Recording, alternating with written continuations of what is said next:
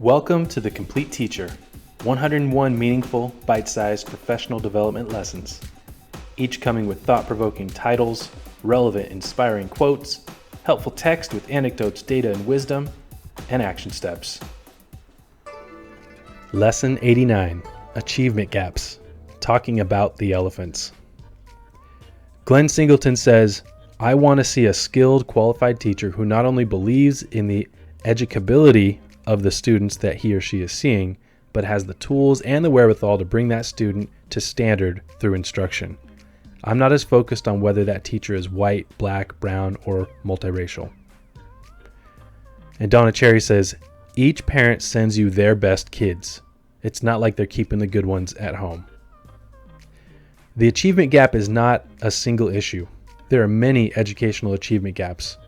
On average, students from wealthy homes outperform their underprivileged counterparts. Students from stable, two-parent homes outperform students from homes with trauma.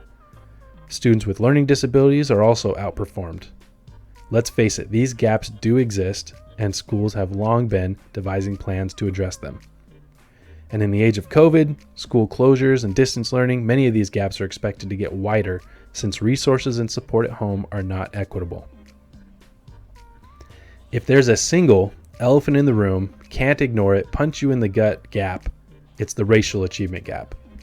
In schools and districts around the country, the story is much the same. Whether you look at grades, test scores, dropout rates, or reading levels, vast gaps in achievement separate Asian, white, and Pacific Islanders from their Hispanic, Black, and Native classmates. Minority groups deal with marginalization and are prevented from full participation in social, economic, and political life in ways that privileged groups can never fully appreciate. This is often the case in schools as well. Glenn Singleton's Courageous Conversations About Race is a fabulous viewpoint from which to begin the conversation about this racial achievement gap. In it, he highlights necessary conditions to begin the conversation.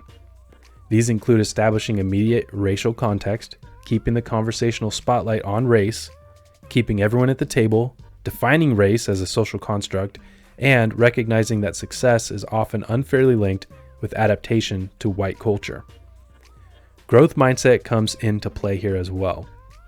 TED Talker Eric Mahmoud refers to a belief gap as the real culprit behind this achievement gap.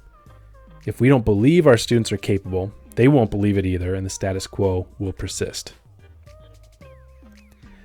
My teaching career debuted in a beautifully diverse middle school in South Sacramento. By certain measures, it was considered the most diverse zip code in America. At one point, our school was almost exactly 25% Black, 25% Hispanic, 25% Asian, and 25% everything else.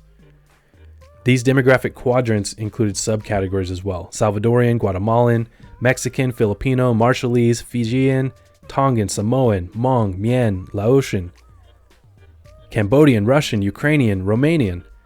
Parent information went home in at least 12 languages. Our challenges were unique, but so were our opportunities. I recall school leadership deciding to take a unique approach to addressing the achievement gap by inviting large groups of students to assembly talks. Hispanic, Black, white, and Asian leaders, student leaders, who were only middle schoolers themselves, introduced the achievement gap head on, leading their peers through slideshows, graphics, and discussions. At least 6 things happened. First, by nature of the talks, the process was an exercise in racial reconciliation. Second, our previously uninformed students were now informed about the achievement gap. Third, many of our students developed a healthy balance of being both unsatisfied and motivated when it came to addressing the gaps. Fourth, our students began to see that their efforts would mean something, that they represented not only themselves and their families, but their racial demographic and their school.